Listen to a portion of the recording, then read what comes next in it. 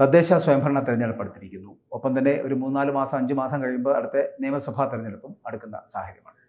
ഈ തെരഞ്ഞെടുപ്പുകൾ അടുക്കുമ്പോൾ പലപ്പോഴും വലിയ പ്രതീക്ഷകളാണ് ഓരോ പാർട്ടിക്കും ഉണ്ടാകുന്നത്. കാരണം കഴിഞ്ഞ കുറച്ച് കാലങ്ങളായിട്ട് നിൽക്കുന്ന പാർട്ടി എന്ന് പറയപ്പെടുന്ന തരത്തിലാണെങ്കിൽ ഇപ്പോൾ തദ്ദേശ സ്വയംഭരണ തെരഞ്ഞെടുപ്പിൽ നഗരസഭകളൊക്കെ പൂർണ്ണമായിട്ടും അല്ലെങ്കിലും ഭാഗികമായിട്ടാണെങ്കിലും LDFന്റെ കീഴിലാണ്. കോൺഗ്രസിന് വലിയ പ്രതീക്ഷയായിരുന്നു പലപ്പോഴും തിരികെ എത്താമെന്നുള്ളത്. എന്നാൽ തിരുവനന്തപുരം കോർപ്പറേഷനിലടക്കം അത്തരത്തിലൊരു സ്ഥിതിവിശേഷം ഉണ്ടായിട്ടില്ല, പലപ്പോഴും ഉണ്ടാകുന്നുമില്ല. ഈ വരുന്ന തെരഞ്ഞെടുപ്പിൽ 2025 നവംബർ നടക്കാൻ പോകുന്ന തെരഞ്ഞെടുപ്പിൽ എന്താണ് പ്രതീക്ഷ അങ്ങനെ കോൺഗ്രസ്? നമുക്ക് കേരളത്തിലെ തെരഞ്ഞെടുപ്പ്, തദ്ദേശ സ്വയംഭരണ തെരഞ്ഞെടുപ്പ് ഏറ്റവും താഴെ തട്ടുള്ള തെരഞ്ഞെടുപ്പാണ്. സാധാരണ പ്രവർത്തകർക്ക് മത്സരിക്കാൻ കിട്ടുന്നൊരു അവസരവുമാണ്. പക്ഷേ തീർച്ചയായും ആ സംസ്ഥാനത്തെ രാഷ്ട്രീയവും തീർച്ചയായും പ്രതിഫലിക്കുമെന്നുള്ള സംശയമില്ല. ഇപ്പം നടക്കാൻ പോകുന്ന തെരഞ്ഞെടുപ്പ് നവംബർ ഡിസംബർ മാസങ്ങളിൽ നടന്ന ഡിസംബറിനുള്ളിൽ ചാർജ് എടുക്കുമെന്നാണ് പറഞ്ഞേക്കുന്നത്. ഇപ്പോൾ നമുക്കറിയാം കേരളത്തിലെ കാലാവസ്ഥ ഇടതുപക്ഷത്തിനെതിരെയുള്ളൊരു കാലാവസ്ഥയാണ്. അതിന് ആരൊക്കെ എന്തൊക്കെ പറഞ്ഞാലും കേരളത്തിലെ ജനങ്ങൾ കേരള സംസ്ഥാനത്ത് അവർ ഭരണമാറ്റം ആഗ്രഹിക്കുകയാണ്. 2500 രൂപ പെൻഷൻ കൊടുക്കാം എന്ന് ഇലക്ഷൻ മാനിഫെസ്റ്റോ കൊടുത്താണ് ഈ സർക്കാർ അധികാരത്തിൽ വന്നത്. 2500 കൊടുക്കാമെന്ന് വാഗ്ദാനം നൽകി വന്ന സർക്കാർ ഇപ്പോൾ 1600 രൂപയിൽ നിൽക്കുകയാണ്. ഇപ്പോൾ പറഞ്ഞു കേൾക്കുന്നുണ്ട് 200 രൂപ കൂട്ടാൻ പോകുന്നു, തിരഞ്ഞെടുപ്പ് കഴിഞ്ഞ് കൂട്ടും, അതിന് മുമ്പേ കൂട്ടും. എന്തായാലും ഇനി സർക്കാരിന് 6-7 മാസമേ ഉള്ളൂ. 1600 നിൽക്കുന്നത്. ലക്ഷം ആളുകൾക്ക് ജോലി കൊടുക്കുമെന്ന് പറഞ്ഞു. ഉള്ളവരെല്ലാം പറഞ്ഞു വിടുകയാണ് ചെയ്തത്. ലക്ഷം ആളുകൾക്ക് ജോലി കൊടുത്തു, 10 ലക്ഷം ആളുകൾക്ക്. അത് താൽക്കാലിക ജീവനക്കാരായ CPM-കാരായിരുന്നു, ഇടതുപക്ഷക്കാരായിരുന്നു എന്നുള്ളതാണ് സത്യം. എത്രയോ റാങ്ക് ലിസ്റ്റുകൾ, സാധാരണ റാങ്ക് ലിസ്റ്റ് ഉമ്മൻചാണ്ടി ഗവൺമെൻറ് കാലത്തൊക്കെ അർദ്ധരാത്രി പോലും ഉമ്മൻചാണ്ടി സാർ റാങ്ക് ലിസ്റ്റ് കാലാവധി കൂട്ടി മാക്സിമം ആൾക്കാർക്ക് ജോലി കൊടുക്കുമായിരുന്നെങ്കിൽ ഇവിടെ ഓരോ റാങ്ക് ലിസ്റ്റും നമുക്കറിയാമല്ലോ. പോലീസ് ടെസ്റ്റ്, CPO, അതിനകത്ത് വരുന്നതെന്ന് പറയുന്നത് ഒരു റാങ്ക് ലിസ്റ്റ് ഇടും, കുറച്ച് 10, 30, 40 എടുക്കും, 3 വർഷം കഴിയും, ആ റാങ്ക് ലിസ്റ്റൊക്കെ പോകും. അതിൻ്റെ കാലാവധി കഴിയുന്നതിന് മുമ്പ് അടുത്ത് വിളിക്കും, ആ ലിസ്റ്റ് വരും. ഓരോ റാങ്ക് ലിസ്റ്റ് 10, 30, 60 പേരെടുക്കും. റാങ്ക് ലിസ്റ്റ് പാവം, ആ റാങ്ക് ലിസ്റ്റ് ഉൾപ്പെടുന്ന പാവപ്പെട്ട നമ്മുടെ ഉദ്യോഗാർത്ഥികൾ ഒരു റാങ്ക് ലിസ്റ്റ് ഉൾപ്പെടുമെന്ന് പറയുമ്പോൾ ഇതിലേറെ സന്തോഷമില്ല. എൻ്റെ വീട്ടിൽ എൻ്റെ നാട്ടുകാരനായ ഒരു പയ്യന് ഫയർഫോഴ്സിൽ റാങ്ക് ലിസ്റ്റ് വന്നു. അദ്ദേഹം ഈ മേസ്തിരിപ്പടിക്കൊക്കെ പോകുന്ന അല്ലെങ്കിൽ തൊഴിൽ പോകുന്ന ഒരാളാണ്, കൂലിവേലയ്ക്ക് പോകുന്ന ഒരാളാണ്. അതേ റാങ്ക് ലിസ്റ്റ് വന്ന് ഭയങ്കര സന്തോഷവാനായി. അദ്ദേഹത്തിൻ്റെ ആഗ്രഹം യൂണിഫോം ഇട്ട് അച്ഛൻ്റെ അമ്മയുടെ മുമ്പ് ഒരു ദിവസമെങ്കിലും സല്യൂട്ട് ചെയ്യണമെന്നാണ്. പോലീസ് ടെസ്റ്റ് എഴുതി കിട്ടിയില്ല. അങ്ങനെ റാങ്ക് ലിസ്റ്റ് വന്നു, യൂണിഫോം തച്ചു. നാട്ടുകാരെല്ലാം കൂടി ആർട്സ് ക്ലബിൻ്റെ സ്പോർട്സ് ക്ലബിൻ്റെയൊക്കെ ആഭിമുഖ്യത്തിൽ സ്വീകരണം കൊടുത്തു. അവരുടെ എല്ലാം മൊമെൻ്റ് എല്ലാം വാങ്ങിക്കൂട്ടി അമ്മയോടും അച്ഛനോടും ഷെയർ ചെയ്തു. അദ്ദേഹം ജോലി കിട്ടുന്ന ഉച്ചവരെ ഏതെങ്കിലും ജോലിക്ക് പോവും, ഉച്ചയ്ക്ക് ശേഷം PSC കോച്ചിങ്ങിന് പോകും, അല്ലെങ്കിൽ PSC ക്ലാസ് പഠിപ്പിക്കാൻ പോകും. അങ്ങനെയൊക്കെ ആയിരുന്നു. അങ്ങനെ യൂണിഫോം തച്ചു, അച്ഛനും അമ്മയും മുമ്പ് പോയി ഫോട്ടോ എടുത്തു. നാട്ടുകാരുടെ മൊമെൻ്റ് എല്ലാം സ്വീകരിച്ച് ജോലി കാത്തിരിക്കുമ്പോഴാണ് ഒരു ദിവസം രാത്രി അറിയുന്നു ആ ലിസ്റ്റ് ക്യാൻസൽ ചെയ്തു. On the next day he commit suicide. അദ്ദേഹം ആത്മഹത്യ ചെയ്തു. ഇത് കാരക്കോണത്താണ്, തിരുവനന്തപുരത്താണ്. സുനു എന്ന് പറയുന്ന പയ്യൻ്റെ പേര്. അപ്പോൾ ഞാൻ പറഞ്ഞു വരുന്നത് പിന്നെ ഇതാണ് ഈ ഗവൺമെൻറ്റിൻ്റെ മുഖം. ഞാൻ അങ്ങോട്ട് കിടക്കുന്നില്ല. ഈ മുഖം നിലനിൽക്കുമ്പോഴാണ് കേരളത്തിൽ താഴെത്തട്ടുള്ള തിരഞ്ഞെടുപ്പ്. ഈ തിരഞ്ഞെടുപ്പ് കേരളത്തിലെ ജനങ്ങളുടെ തിരഞ്ഞെടുപ്പല്ല, ജനങ്ങൾക്ക് വേണ്ടിയുള്ള തിരഞ്ഞെടുപ്പാണ്. വരാൻ പോകുന്ന നിയമസഭാ തിരഞ്ഞെടുപ്പായാലും വരാൻ പോകുന്ന തദ്ദേശ സ്വയംഭരണ തിരഞ്ഞെടുപ്പായാലും ഞാൻ പറയുന്നത് ഇത് ജനങ്ങൾക്ക് വേണ്ടി എന്ന് പറഞ്ഞാൽ അവർക്ക് വേണ്ടിയാണ്. ഇനി ഒരു തുടർഭരണം കേരളത്തിലുണ്ടായാൽ തീർച്ചയായും രാജഭരണമായിരിക്കും. കാരണം ചോദിക്കാനും പറയാനും ആരുമില്ല എന്നുള്ള അവസ്ഥയായിരിക്കും. അതുമാത്രമല്ല, ഇനി ക്ഷേമ പെൻഷൻ വെട്ടിക്കുറയ്ക്കും. മുഴുവൻ താൽക്കാലികമായി കഴിഞ്ഞ 10 വർഷമായി തൊഴിൽ കൊടുത്ത മുഴുവൻ ആൾക്കാരെ സ്ഥിരപ്പെടുത്തും. അതുകൊണ്ട് തദ്ദേശ സ്വയംഭരണ തെരഞ്ഞെടുപ്പ് തീർച്ചയായും ഈ പ്രാവശ്യം കോൺഗ്രസിന് അനുകൂലമായ ഒരു തിരഞ്ഞെടുപ്പായിരിക്കും. കാരണം ജനങ്ങൾ ഈ സർക്കാരിനെതിരെ, പിന്നെ നമുക്കറിയാമല്ലോ, ഒരു പരിധിവരെ തിരഞ്ഞെടുപ്പ് തദ്ദേശ സ്വയംഭരണ സ്ഥാനാർത്ഥിയെ ആശ്രയിച്ചിരിക്കും. കോൺഗ്രസ് ഇതുവരെ ഇല്ലാത്ത രീതിയിലുള്ള ക്രമീകരണങ്ങളാണ് ഇന്ത്യൻ നാഷണൽ കോൺഗ്രസ് ചെയ്തുകൊണ്ടിരിക്കുന്നത്. വോട്ട് ചേർക്കാനുള്ള കോൺഗ്രസ് KPC പ്രസിഡന്റ് പറഞ്ഞതാണ്, അടുത്ത കാലത്തില്ലാത്ത നല്ലൊരു പ്രവർത്തനം കോൺഗ്രസിൻ്റെ അടുത്ത കാലത്ത്. അതൊന്നും മാധ്യമങ്ങൾ കാണുന്നില്ല, മാധ്യമങ്ങൾ പറയുന്നില്ല, മാധ്യമങ്ങൾ ചർച്ച ചെയ്യുന്നില്ല. ഈ അടുത്ത കാലത്തായി എല്ലാ കുടുംബ സംഗമങ്ങൾ നടത്തി. എല്ലാ വാർഡുകളിലും, കേരളത്തിലെ മുഴുവൻ വാർഡുകളിലും കുടുംബ സംഗമങ്ങൾ നടത്തി. മണ്ഡലം തലത്തിൽ നടത്തി, ബ്ലോക്ക് തലത്തിൽ നടത്തി. പിന്നെ ഈ സർക്കാരിൻ്റെ ഒരു കുറ്റപത്രം, സർക്കാരിനെതിരെയുള്ള കുറ്റപത്രം, അതേപോലെ പഞ്ചായത്തുകൾക്കെതിരെയുള്ള കുറ്റപത്രം എല്ലാ വീടുകളിലും ലഘുലേഖകളായി വീടുകളിൽ എത്തിച്ചു കഴിഞ്ഞു. പിന്നെ തിരഞ്ഞെടുപ്പിന് വേണ്ടിയുള്ള ചരിത്രത്തിൽ ആദ്യമാണ് ഇതൊക്കെ. ഒരു ചെറിയ തിരഞ്ഞെടുപ്പ് ചെലവിന് വേണ്ടി അത് ആ ഫണ്ട് കളക്ട് ചെയ്ത് അതിൽ നിന്ന് 1 രൂപ പോലും KPCCക്കോ DCCക്കോ കൊടുക്കണ്ട, അത് അതാത് വാർഡുകൾ ഉപയോഗിക്കാനാണ്. അങ്ങനെ കോൺഗ്രസ് പാർട്ടി താഴെത്തട്ടിൽ സജ്ജമാണ്. അത് ഈ സർക്കാരിനെതിരെയായാലും അതേപോലെ തന്നെ പഞ്ചായത്ത് നേടിയെടുക്കുന്നതിന് വേണ്ടി കോൺഗ്രസ് ശക്തമാണ്. എല്ലാ വീടുകളിലും നമ്മൾ ഈ കുറ്റപത്രം കൊടുത്തു കഴിഞ്ഞു. തിരഞ്ഞെടുപ്പിന് വേണ്ടി കോൺഗ്രസ് കാത്തിരിക്കുക. ശരി, അടുത്തത് ഈ പറഞ്ഞ പോലെ തദ്ദേശ സ്വയംഭരണ തെരഞ്ഞെടുപ്പിൽ നിങ്ങൾ താഴെത്തട്ട് മുതലുള്ള പ്രവർത്തനങ്ങൾ ശക്തമാക്കിയിരിക്കുകയാണ്. ഇനി അത് കഴിയുമ്പോൾ നിയമസഭാ തെരഞ്ഞെടുപ്പ് വരും.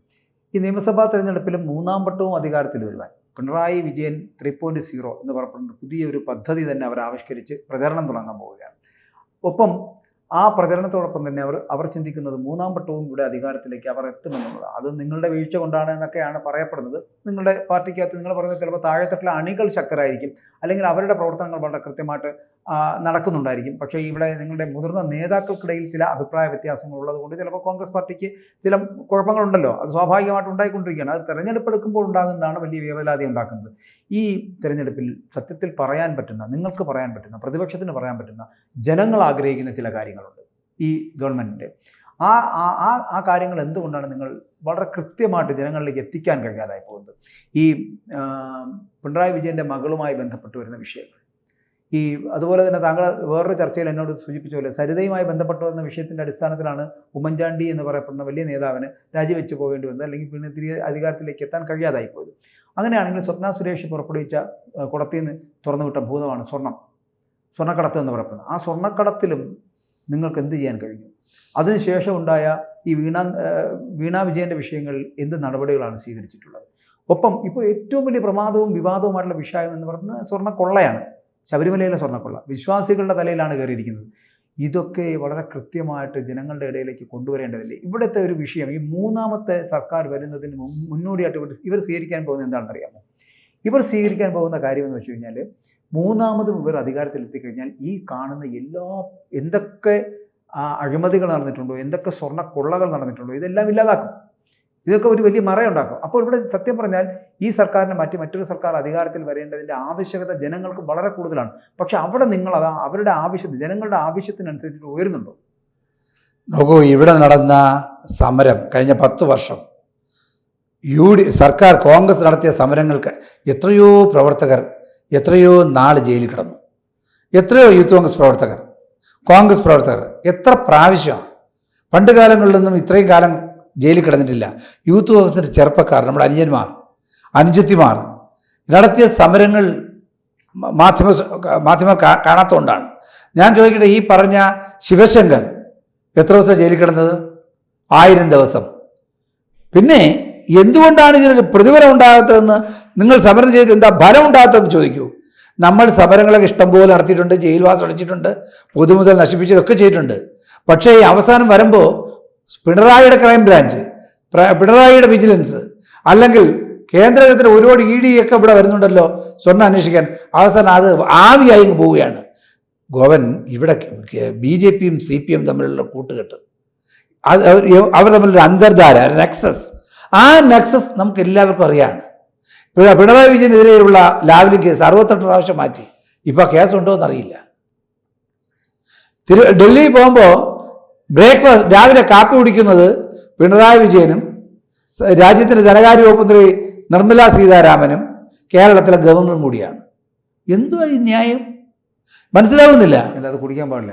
അവർ തീർച്ചയായും കാപ്പി കുടിക്കാം. അതെന്ന് പറയുന്നത് ഈ മകളുടെയും മകന്റെയും കേസുകൾ ഒത്തീർപ്പാണെന്ന് കരാറാണ് അവിടെ ഉണ്ടാക്കുന്നത്.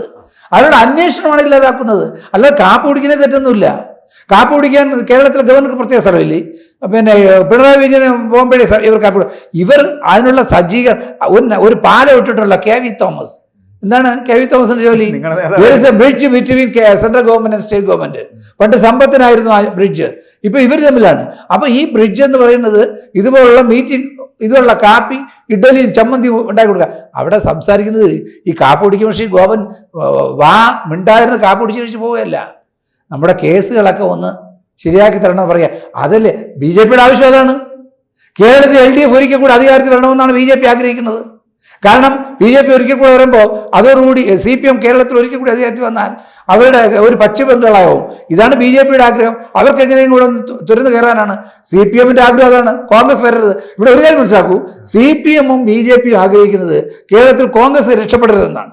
അവർ രണ്ടുപേരുടെയും ലക്ഷ്യം ഒന്നാണ്, രണ്ടുപേരുടെ അജണ്ട ഒന്നാണ്, രണ്ടുപേരുടെ ആംഗിൾ ഒന്നാണ്. അതിനകത്തൊരു വലിയ രാഷ്ട്രീയമില്ലേ ശ്രീ മഞ്ചവിളാകം? അതായത് ഇപ്പോൾ അവരാഗ്രഹിക്കുന്നുണ്ട് ഇവിടെ ഇനി ഒരിക്കലും കോൺഗ്രസ് വരില്ല. അവർ കോൺഗ്രസ് മുക്ത ഭാരതമാണ് BJP ആഗ്രഹിക്കുന്നത്.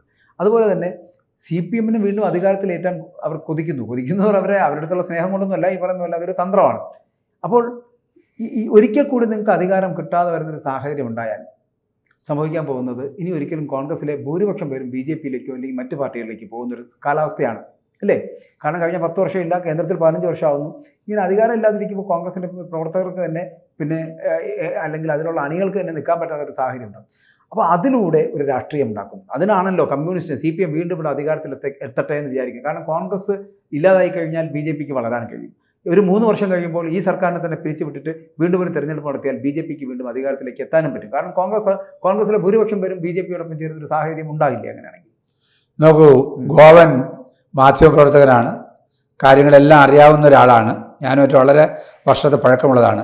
ധൈര്യമായിട്ടിരിക്കൂ, ഈ തെരഞ്ഞെടുപ്പിൽ 100-ലധികം സീറ്റിൽ കേരളത്തിൽ കോൺഗ്രസിൻ്റെ നേതൃത്വം അധികാരത്തിൽ, UDFിൻ്റെ നേതൃത്വം അധികാരത്തിൽ വരും. ഇനി BJP എന്ത് അന്തർധാര ഇവരോട് ഉണ്ടാക്കിയാലും, CPM പിണറായി വിജയൻ ഇനി ആര് സ്ഥാനാർത്ഥിയാക്കിയാലും, എന്ത് ഇവിടുത്തെ സമുദായ സംഘടനകളൊക്കെ ഏത് രീതിയിൽ പറഞ്ഞാലും വരാൻ പോകുന്ന തെരഞ്ഞെടുപ്പിൽ കോൺഗ്രസ്, അത് VD സതീശൻ കേരളത്തിലെ ബഹുമാനപ്പെട്ട പ്രതിപക്ഷ നേതാവ് വളരെ വ്യക്തമായി അദ്ദേഹം വെല്ലുവിളിച്ചുകൊണ്ട് തന്നെ പറഞ്ഞിട്ടുണ്ട്, 100-ൽ കുറേ സീറ്റുകൾ അധികാരത്തിൽ വരും.